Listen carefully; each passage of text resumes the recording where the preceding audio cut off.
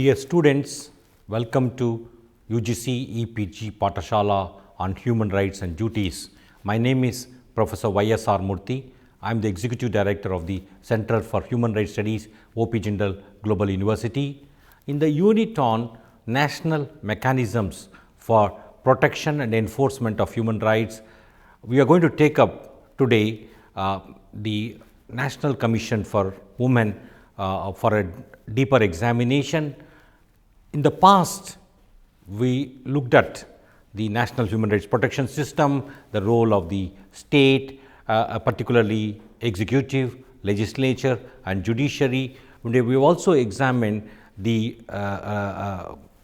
Paris principles upon which all the national human rights institutions shall be founded, and we have also seen the Protection of Human Rights Act, which under which the National Human Rights Commission, State Human Rights Commissions and Human Rights Courts have been established, and we have also seen the activities of the National Human Rights Commission and done a critical evaluation of the National Human Rights Commission. In the last module, we saw the National Commission for Women Act, the structure, composition, powers of the National Commission for Women, and in this module we are going to look at the international context and also look at the critique of the National Commission for Women. At the end of this module, you will have a background on the need for a autonomous national body for women and which inspired the creation of the National Commission for Women. Also assess the critiques which have been identified since the inception of the Commission. You will know the recommendations of various government studies and the Ministry of Women and Child Development. Students must be in a position to provide their own recommendations for making or for strengthening the National Commission for Women. If you look at the international context, how did this idea of a National Commission for Women originate? You have on the one hand Universal Declaration of Human Rights, which talked about equality between men and women, which has been, the non-discrimination has also been enshrined in the International Covenant on Civil Political Rights as well as Economic Political Rights. The Convention on the Elimination of all forms of discrimination against women was adopted in the year 1979. It is regarded as a International Bill of Rights for Women. The World Conference on Women was held at Mexico City in 1975.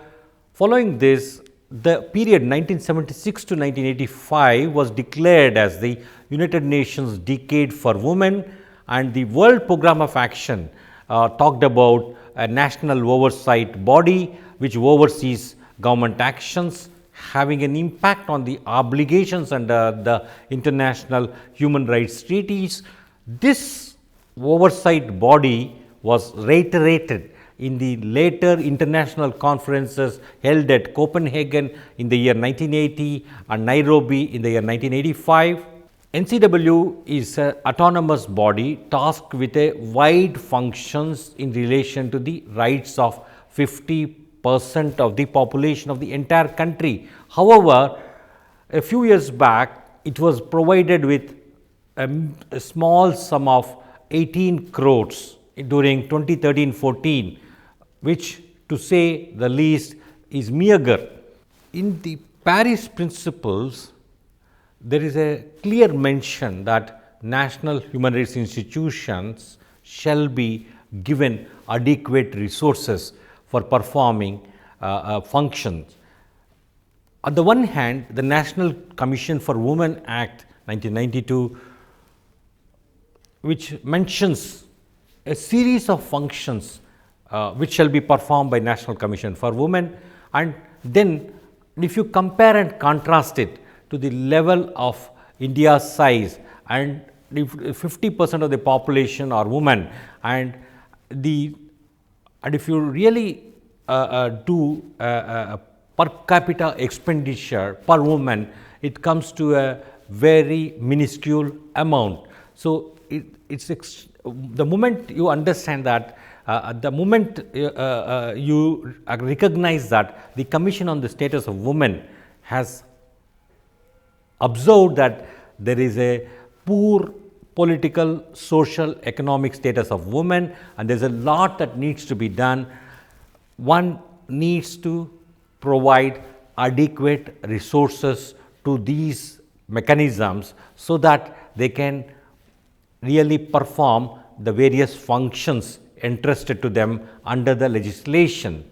So, the answer lies in adequate funding of these bodies and also giving them necessary functional and financial autonomy to spend the money for the purposes. Structurally, the National Commission for Women has been subordinate to the Ministry of Women and Child Development. For every small matter, it has to rely on the ministry for basic requirements such as the appointment of administrative staff and release of funds. This limits the Commission's ability and capacity. The Commission has been reporting shortage of staff at almost every level since its inception, and not much has been done to redress this. And we can really call that attitude of the central government and other authorities as a bit unhelpful, and there is a lot more that needs to be done to address the concerns of the Commission. Is NCW really an independent autonomous body?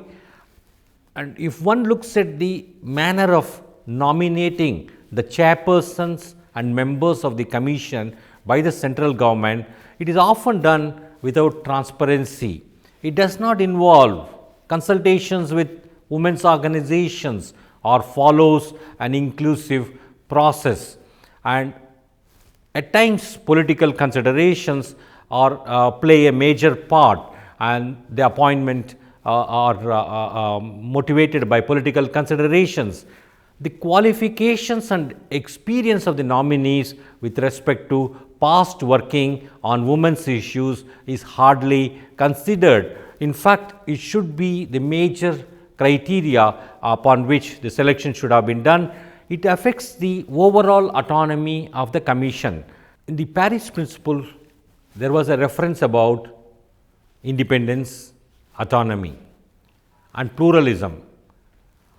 When the appointments to these bodies is not done in a transparent manner, and often the appointments are not because of the past work of the chairperson and members in the women's rights, then one can imagine at once what will happen if these people are at the helm of affairs, and will they take up issues or will they be able to exercise their autonomy and independence. And one can easily guess the very fact that if somebody is appointed on extraneous consideration, his or her ability to take independent decisions is compromised, and that is why it is extremely important to ensure that these appointments are done in a transparent manner. In practice, one also comes across a significant gap between the commissions and the non-governmental organizations which are working for women's rights, and it has been increasing over the years, resulting in fragmentation of the gender equality movement. And in fact, if one looks at the various commissions, one finds that there has been a lower status accorded to the National Commission for Women, which also affects the effective discharge of functions, especially when the Commission is undertaking its investigative and watchdog functions, which involve other government officers and departments. Nobody will take it seriously if it does not have powers, and the absence of a judicial member in the Commission has also been affecting the Commission with regard to disposal of complaints. And if you look at the various commissions, National Human Rights Commissions are at top and followed by other constitutional commissions, but then the National Commission for Women is not taken in a serious manner, and so their participation as the voice of women in international fora, meets and conferences is not to the extent it is desired. For instance, in 2013, when the International Coordinating Committee of National Institutions organized an international conference on the human rights of women and girls and gender equality, the role of NHRIs, the Indian delegation at this conference on women consisted of only men with no participation of the National Commission at all. So, there is limited coordination, communication and sharing of responsibilities between the National Commission for Women and the state commissions for women. This is due to the lack of uniformity in the functions and powers of the members of the state commissions. In fact, these are brought into force by separate state legislations.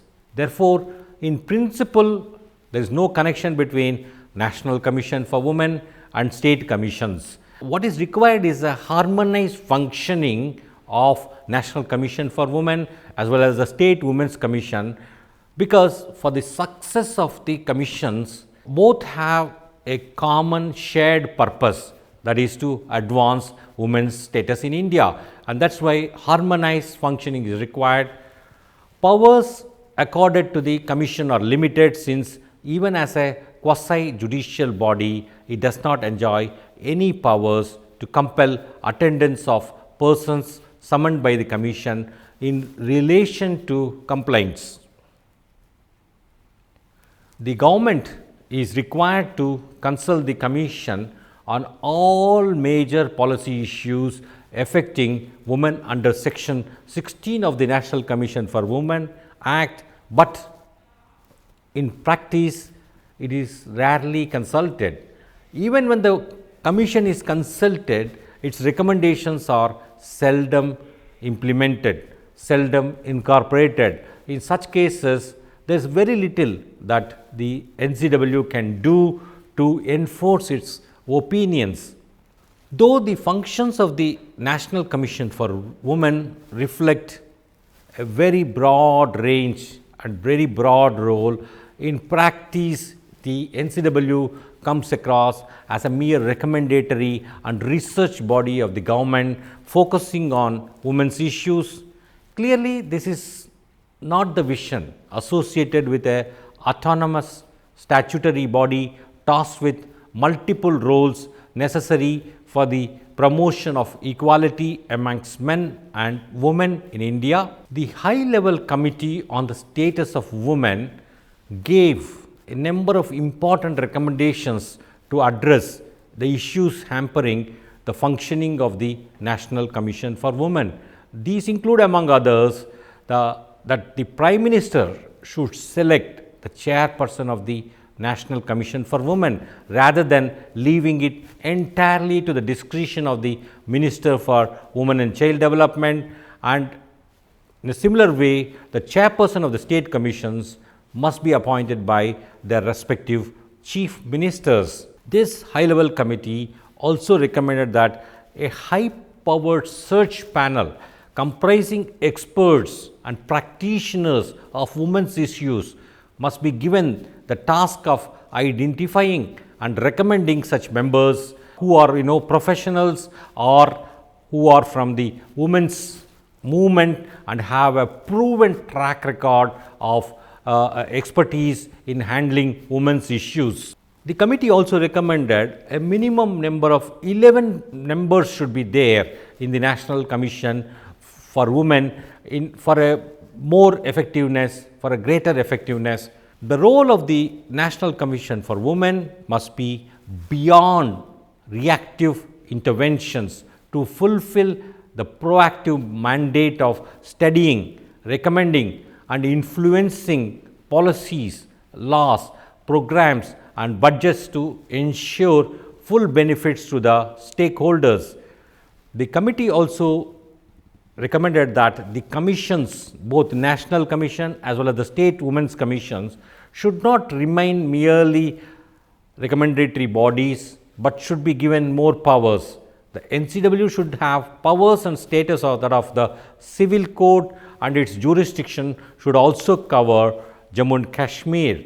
Both the national as well as the state commissions need to take up the role of an advisory body to the Ministry of Women and Child Development at the national level as well as at the state level, and they should work in close harmony, in close consultation with each other.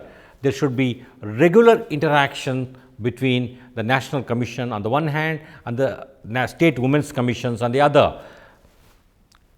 The State Commission should be mandated to report to the National Commission once in a while on a periodic basis. The State Commissions should also be strengthened and be given more financial and human resources. The performance assessment of the National Commission for Women may be done by the government or any parliamentary committee on an yearly basis. The issue of amendments to the National Commission for Women Act so that more teeth or more strength can be given to the commission is still going on, and one is not sure when this would be finally concluded. To sum up, the National Commission for Women suffers from a number of lacunae about the lack of a judicial member, lack of support from the government in terms of resources, and there's a lot more that needs to be done in order to make it a strong, effective body, in order to meet people's expectation, in order to be a champion of women's rights in India. Thank you.